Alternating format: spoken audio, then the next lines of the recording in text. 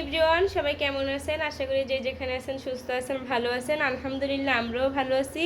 তো চলে আসলাম রোজার মাসের প্রথম ব্লগ নিয়ে। তো আজকে হচ্ছে প্রথম সেহারিতে কি রান্না করব ওইটাই আপনাদের সাথে শেয়ার করব। তো এখন হচ্ছে সন্ধ্যাবেলা, এখনই হচ্ছে সেহারির জন্য সব রান্না করে রাখবো। তো এখানে হচ্ছে 2টা দেশি মুরগি আছে সেহারি খাওয়ার জন্য, ভোর রাতের জন্য যে 2টা দেশি মুরগি নিয়ে নিয়েছি।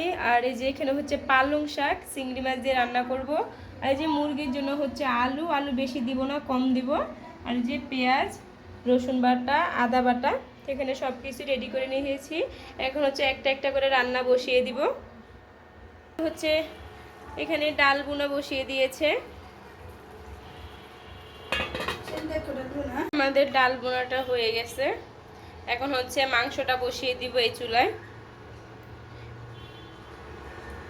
তেজে চুলায় হচ্ছে কড়াই বসিয়ে দিয়েছি। কড়াইটা হচ্ছে ভিজা পানিটা হচ্ছে আগে শুকিয়ে নিব। পানিটা শুকিয়ে গেলে তারপরে তেল দিয়ে দিব। প্রথমে তেল দিয়ে দিলাম।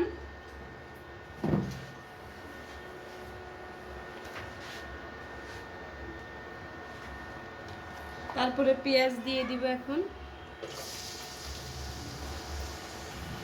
তো পেঁয়াজটা একটু বেশি দিয়েছি কারণ ভুনা করে রান্না করব, আলু বেশি দিব না, আলু কম দিব, এই জন্য। এখন হচ্ছে পেঁয়াজটা আগে ভাজা করে নেব।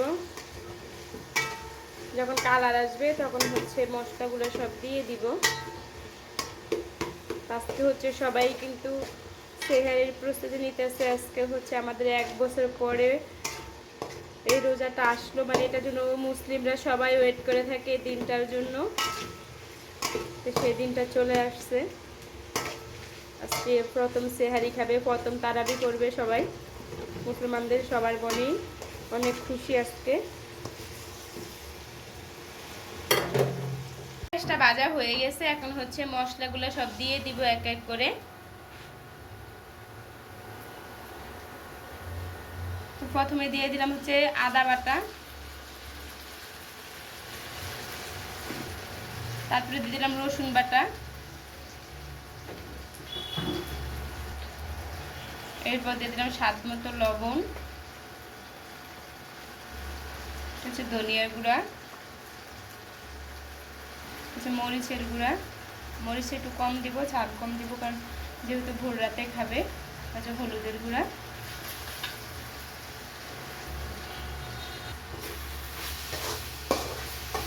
দিয়ে ভালো মতো নেড়ে নাচ্ছে যেন নিচে দিয়ে না লেগে যায়। মশলাটা ভালো মতো আগে কষিয়ে নিব গন্ধটা যাওয়া পর্যন্ত।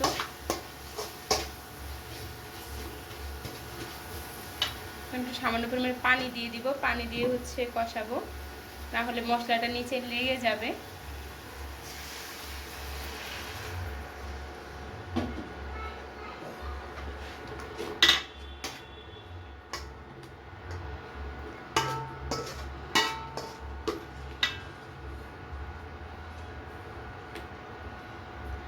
হলুদ মরিচের গন্ধটা না যাওয়া পর্যন্ত হচ্ছে মশলাটা ভালো মতো কষিয়ে নিব।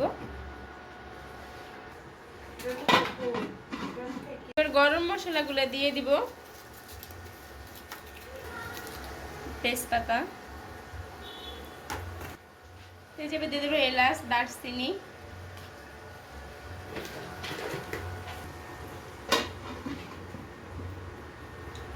কষানো শেষ। এখন হচ্ছে মাংসগুলো দিয়ে দিব।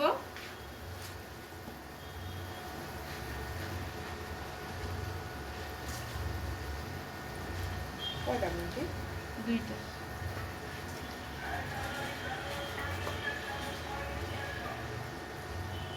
মাংসগুলো দেওয়া শেষ সব। এখানে হচ্ছে কলিজাগুলো সিদ্ধ দিয়ে দিয়েছে। কলিজাগুলোতে অনেক ময়লা বের হয় সিদ্ধ দিলে, অনেকেই না জেনে হচ্ছে মুরগির সাথেই দিয়ে দেয় কলিজা, আলাদা সিদ্ধ দিলে দেখা যায় অনেক ময়লা বের হয়।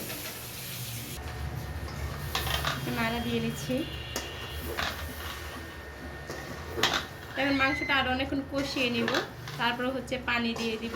কষানো হলে এভাবে নাড়া দিয়ে ঢাকনা দিয়ে রেখে দিব।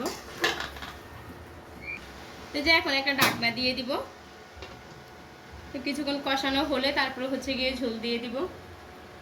ঝোল থেকেই কিন্তু অনেক পানি বের হয়ে গেছে কষাইতে গিয়ে, তো আর হচ্ছে কষানোর জন্য পানি দেওয়া লাগবে না।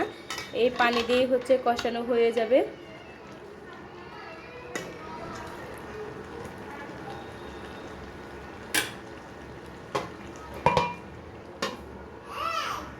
পালং শাক বসাবে, মানে চিংড়ি মাছ পেঁয়াজ ভেজে নিয়েছে, তারপরে দিয়ে দিল হলুদের গুঁড়া এবং লবণ। পালং শাক ভোর রাতের জন্য রান্না করতেছে। মাংসটা হচ্ছে গ্যাসের চুলায় দিয়ে দিছে, কারেন্টের চুলা থেকে নিয়ে এসে।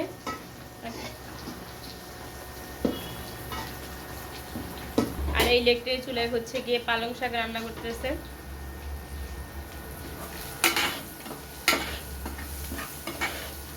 আর এই যে রাইস কুকারে ভাত রান্না করা হয়ে গেছে।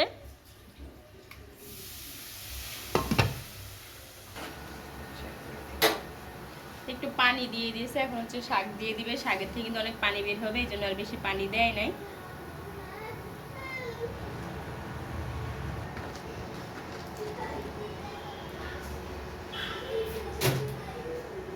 একটা ঢাকনা দিয়ে দিব। তো যে মাংসতে হচ্ছে আলু ঝোল দিয়ে দিছে।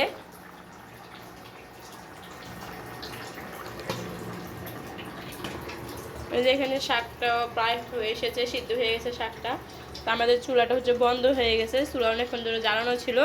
ইলেকট্রিক চুলা হচ্ছে অনেকক্ষণ জ্বালানো থাকলেই বন্ধ হয়ে যায়, 2-2.5 ঘন্টা জ্বালানো থাকলেই। হচ্ছে মুরগি রান্না শেষ।